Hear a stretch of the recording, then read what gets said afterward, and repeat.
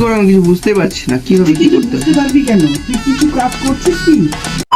এইভাবে মা আমাকে অপমান করবে এটা আশা করিনি। তো চলো ব্যাপারটাকে প্রথম থেকে বলা যাক। আজকে আমি চলে এসেছি বাড়ির জন্য বাজার করতে মাত্র 50 টাকা নিয়ে। প্রথমেই এই দিদাটার কাছ থেকে 2 মুঠো পাট শাক নিলাম 15 টাকা দিয়ে। তারপর একটু এগিয়ে এই ভাইটার কাছ থেকে 2 মুঠো ডাটা নিলাম 10 টাকা দিয়ে। 10 টাকা নে, এক জোড়া নি 10 টাকা। এবং সবার শেষে এই কাকুটার কাছ থেকে পটল নেবার সময় এইভাবে অপমান করলো। কাকু পটল কত? 50। হাফ কেজি নেবো, 20 টাকা লাগাও।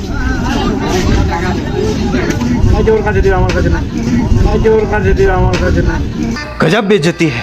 যাই হোক শেষে 25 টাকা দিয়ে হাফ কেজি পটল নিলাম। পরের দিন সকালবেলা সেই সব সবজিগুলোকে রান্নার জন্য মাকে হেল্প করতে গিয়ে এটা কি বললো আমাকে। কি করে আমি কিছু বুঝতে পারছি না কিভাবে তুই কি কিছু করতে হবে। বুঝতে পারবি কেন? তুই কিছু কাজ করছিস কি? শাকটাকে এগুলাকে বানাবে, যেটা যে গোটা গোটা আছে শাকটা, ওটা ঠিক কর, কাটে।